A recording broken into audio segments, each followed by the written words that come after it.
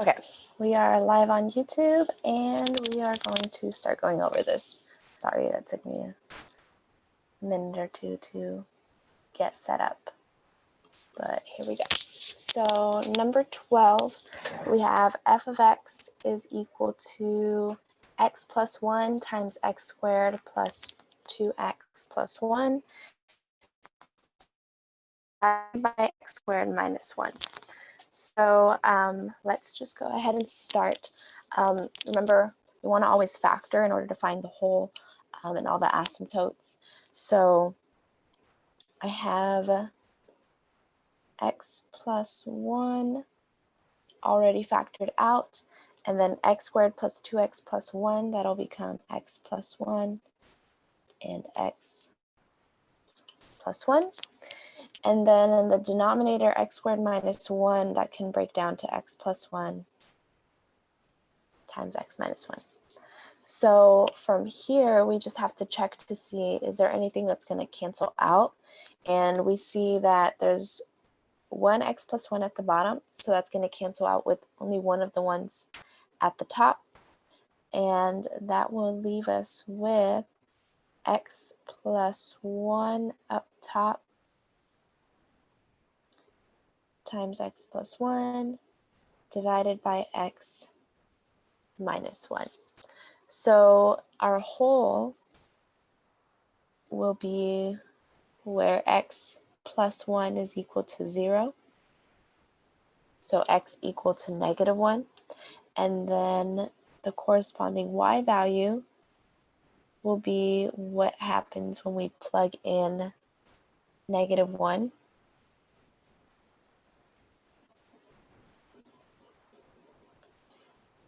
And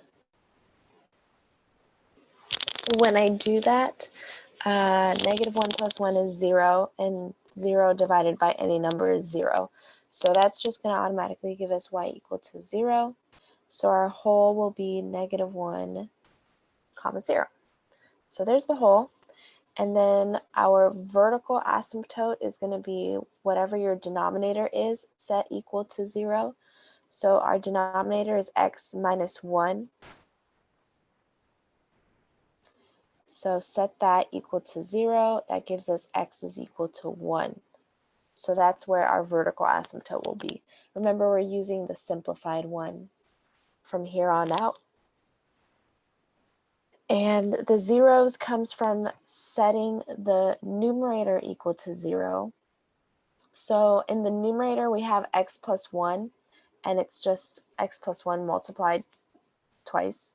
So I can set that equal to 0. That gives me x equal to negative 1.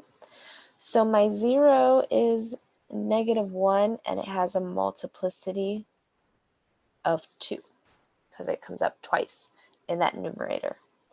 And then lastly here, y-intercept, I plug in 0 to the function.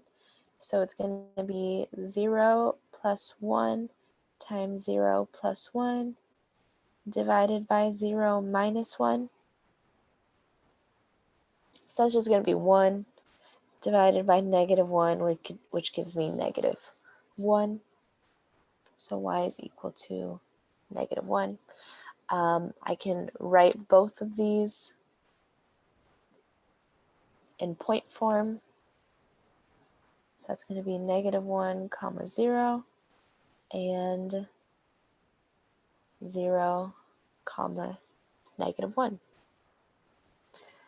Now for the equation of the horizontal or oblique asymptote, remember that we have to check to see what is the highest degree in the numerator and the denominator. So if I look here at the simplified one, just because it seems kind of easier, right? We could use this one as well. I mean, we could just think about when I multiply those two highest terms in the numerator, that's going to give me x cubed, right? So the highest term in the numerator is x cubed, and then in the denominator is x squared. So it's a top-heavy function. The same applies here. If I multiply those two, I get x squared. And in my denominator, the highest degree is 1, x to the first. So it's a top-heavy function. And when it's a top-heavy function, that means we have an oblique asymptote. So we know it's going to be slanted. And in order to find what it is, we're either going to do long division or synthetic division. So if I were to not simplify it and you just use the original, then I would have to use long division because we're dividing by x squared minus 1.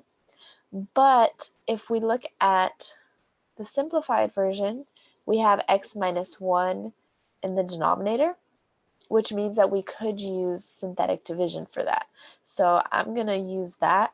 That just means I have to distribute the top, which is fine. It's just going to be this that we have there in the numerator.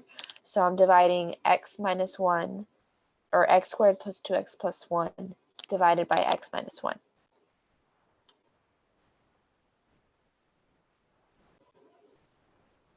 And it looks like that. Remember, you want opposite sign in the little box.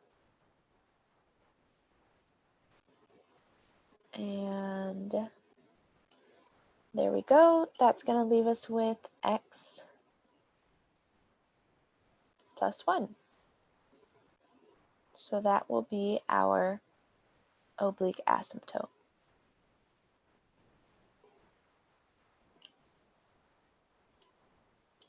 Okay. Are there any questions on that part? Or any other parts that you want to see me go over? Let me know. Checking the chat to see if anything comes up.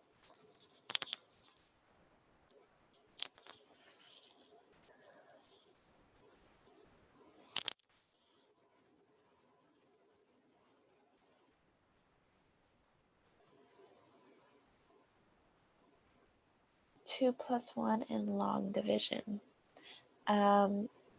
I'm not sure what you mean by that, Katie. Do you want to elaborate a little bit more on that? Oblique asymptote on number 9. Okay. All right. Number 9 is another top-heavy function. Without having to factor or simplify or anything, we can just see that we have x squared up top and x at the bottom. So we are going to do synthetic division because we have x minus 1. So that's going to be easy. Oh, there's prayer. Maybe we'll come back to prayer if we have time.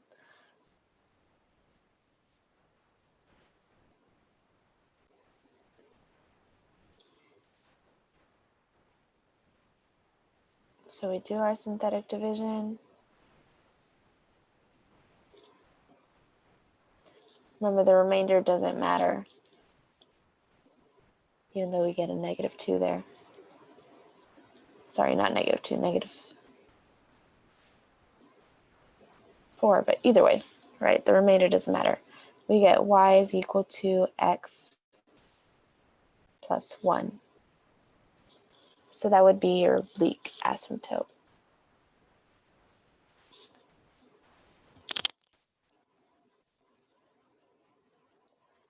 Any other questions?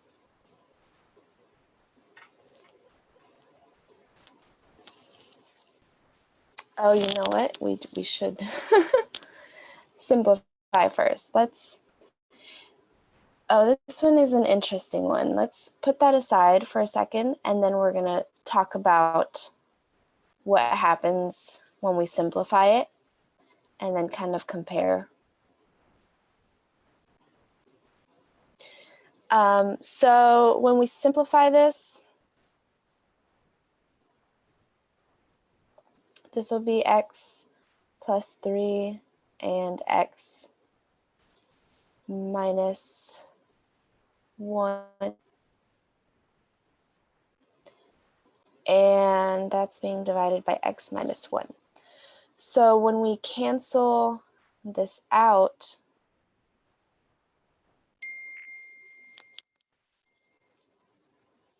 this is going to equal x plus 3. So actually what's happening when you're simplifying is we're realizing that this function here is actually just a line, because this equation right here is no longer a rational function. It's now y is equal to x plus 3, which is a line. It's just a slanted line because the parent function is y equal to x, and it's been shifted up 3. So a really rough sketch of what this would look like is something like, oops, try and get this just a little bit closer. Something like that, because it has a slope of 1, and then it just has a hole right here. So imagine there's a hole there. So actually, if it's just a line, it's not going to have any asymptotes. So we do want to simplify first. I kind of just went straight to division here without simplifying. So this technically has no asymptote. So this is going to be the case when you have a top-heavy function. You want to be really careful of that. Usually if it's same degree or bottom-heavy, you can sometimes, I won't say always, get away with just dividing right away and not simplifying. But you should simplify first, just to make sure that there actually is going to be an asymptote. That's why I said sometimes you can use the original form, but it is important because sometimes we may have a case where there actually is none, because it really is just a line with a hole in it. And this is technically a hole right here. I should have drawn in that whole part. Yeah, that one was a little bit tricky because of that. Any other questions or things I can clarify for you?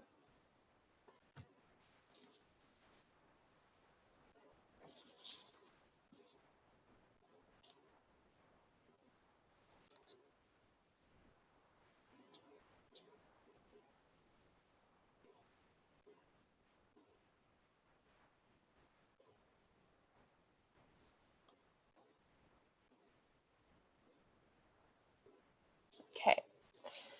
So then we are going to jump back to the notes that we've been seeing in that video series, and we're going to finally go over how to graph these functions. And then we'll also talk about domain and range a little bit.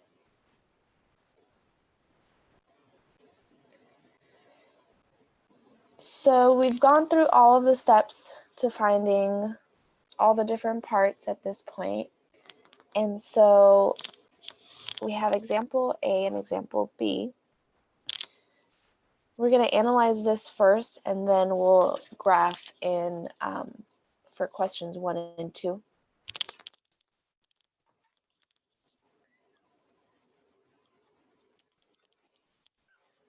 So example A, we found that there's a hole at 5 1/8. So when we graph it, we're going to, sorry, not 5 1/8. Example A, it is -2 8/5. I was looking at the wrong problem there. -2 8/5 is the hole. So you can go ahead and just draw an open circle. Instead of putting a point there, we do an open circle, and that represents a hole. And then we have a vertical asymptote. So the vertical asymptote for example A was at x equal to 3. So we see here a dotted line right on x equal to 3. So we have the whole, we have the dotted line, and then we had a horizontal asymptote at y equal to 2.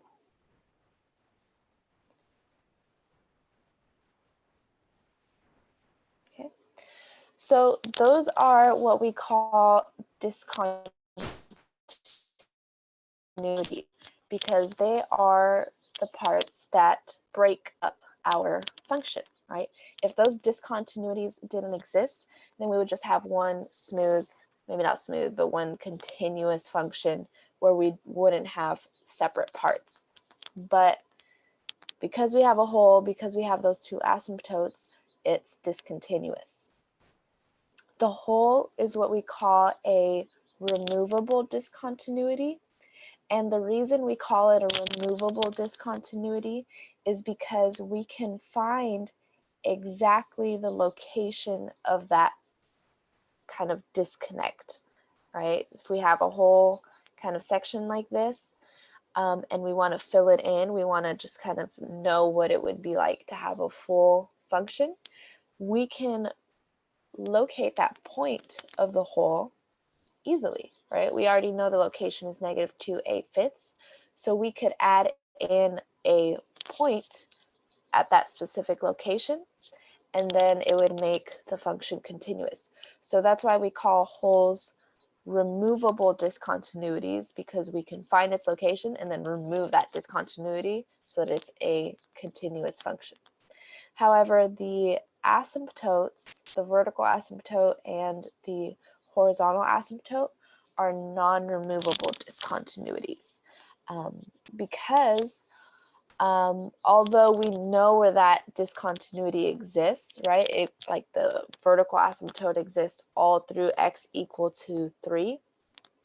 However, we can't find, there's no way of us to know where this little piece over here and this little piece over here would somehow connect if that vertical asymptote were to be gone, right? We don't know the pattern of where it would meet. So that's why this vertical asymptote and this horizontal asymptote are non-removable discontinuities, because we can't figure out where the function would meet. Otherwise, over here, we have the whole, right? We can easily see there's only that hole missing right there. So if we know where that hole is, then we can easily just put a point there and then fill it in, and it's gone. So when we're graphing, we want to start out with all of those discontinuities. It also helps us to kind of plan out where the graph is going to be. And the reason we find the x-intercept and the y-intercept is so that we can figure out kind of what quadrant our graph is going to fit in. Because if you look here, a rational function always has two parts to it, and they're always right diagonally across from each other. So we have this piece up here and this piece right across, right diagonally across from it. So, and we can see in example B, right, we have this piece and we have that piece, and they're both diagonally across from each other. So how, the question is, what quadrant is it going to be in, right? How do we know that it's in this quadrant rather than this quadrant and that quadrant?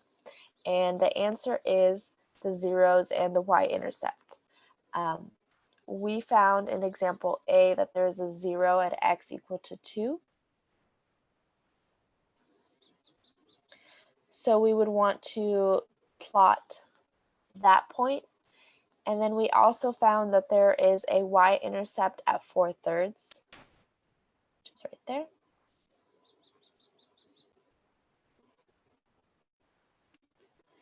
So if I now have my quadrants here, and I have my whole here, and I have my y-intercept and my 0, I can clearly see that these 3 points are going to be connected.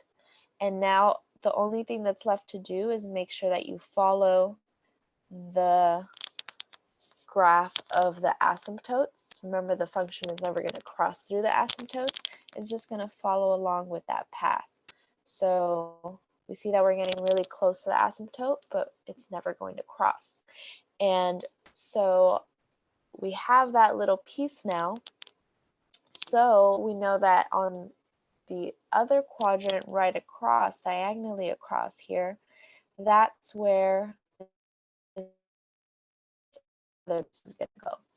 And we're going to do just kind of rough sketches. So I'm not going to actually have you find any specific points. Sometimes what people may have you do is plug in values, like maybe you'll plug in x equal to 4, x equal to 5, and 6, so you can find actual y values to plot and then connect the dots. But we're just going to do rough sketches.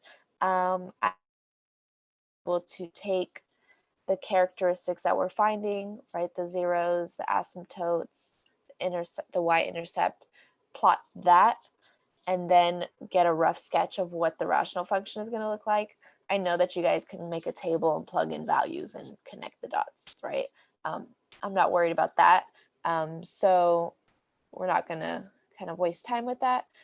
All you need to know is that once you plot out your zeros, your intercepts, and your holes, you're going to be able to find at least one piece, right? Once you find one piece of the puzzle, we know it's going to be diagonally right across, and we know that it's going to follow the curve or follow the asymptotes and never go past that. So we just have like a little rough sketch.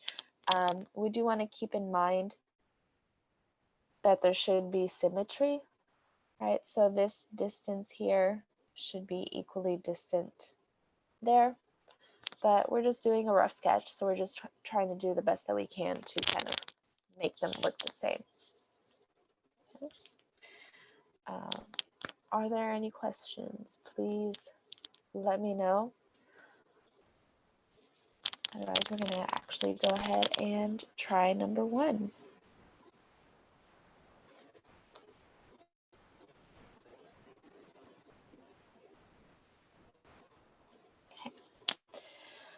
Number 1, we have a hole at 5 1/8. So we are going to start by plotting that hole.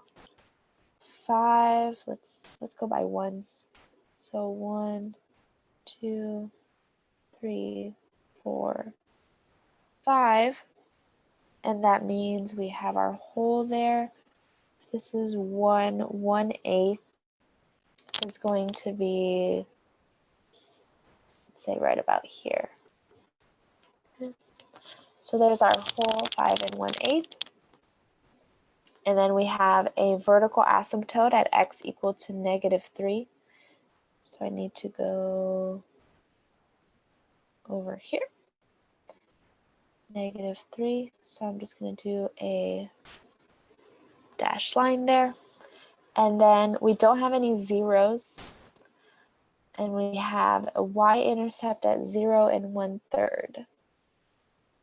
So that's going to be right about here. I know that looks really close to 1/8, but we're just doing the best we can here, a little rough sketch.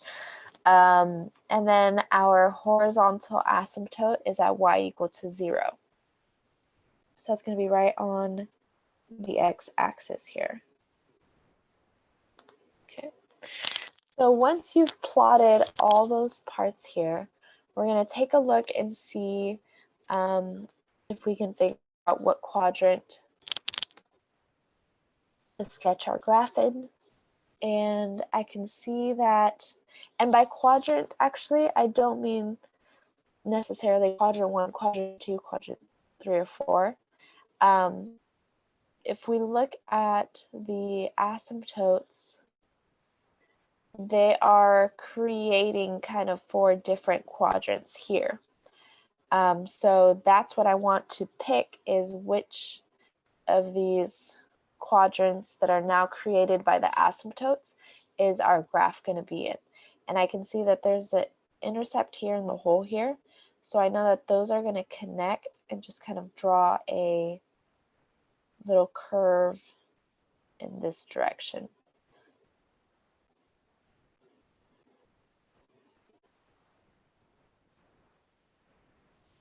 So there is one piece of my rational function. And then I know that from here, I have to choose the quadrant that's just directly across.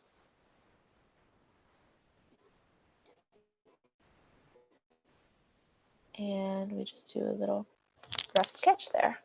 So I did my best to kind of keep the symmetry. However, remember we didn't even plug in any points for this, so that was free-handed as well. I could have like drawn in a little further out.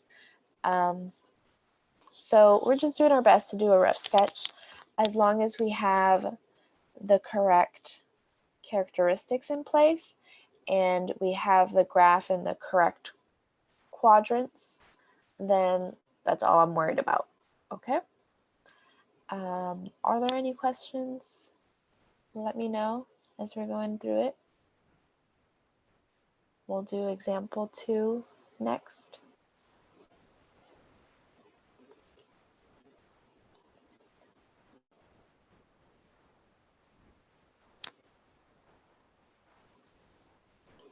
So again, with this example, we've done all the work for it. So we just need to plot what we can. And we'll go by ones again. So this is 1, 2, 3, 4, 5, -1, oh, sorry, not negative, positive, 2, 3, and -1, -2, -3. There, so we have something to kind of go off of here. So our whole is at 1 9/4. So that's going to be somewhere around here. And we have a vertical asymptote at x equal to -3. So there is my vertical asymptote. And then a 0 at -2. And it has a multiplicity of 2. So we'll see what the graph looks like in a minute, but just keeping in mind, it's just going to bounce off of that 2, or that -2. Intercept, y-intercept 0 4/3. Right about there. And then our oblique asymptote is at y equal to x plus 1. So it has a slope of 1. It's a line with a slope of 1 with a vertical shift up 1. So we can start right here and just kind of draw in the line there. So as I'm drawing it, I'm keeping in mind the slope, right? So the slope is 1. So it's really just going up 1 over 1, up 1 over 1, up 1 over 1, down 1 over 1, down 1 over 1. That's how we're getting the angle of the line. And then the starting point is the intercept, right? +1 is the intercept, the y-intercept. So that's where we're starting, and then we're just drawing in the line from there. And now that we have that, we are going to kind of analyze what we see. So because we have a slant asymptote, it doesn't kind of create for right-angled quadrants like we saw in the last problem. We have quadrants that are kind of like different, like slices. So we see here, there's one piece. Here's the other quadrant. There's the other one, and then there's the fourth. So the intercepts and the whole are all lying in this piece right here. So I know that I'm going to be able to connect this like that. And just kind of following what's happening with the asymptotes, I know that this is going to have to bounce like that, which now makes sense why we have a multiplicity of 2 at that 0, right? It's just bouncing off the 0 instead of going through it. And now from here, this was the little slice here where we have that piece. Then we're going to draw the other piece of the graph down in this little slice. And it's just a little kind of rough sketch, just like that. I'm just eyeballing it to see that I get the same or similar kind of distance there. And then I just draw in that piece. Are there any questions on that?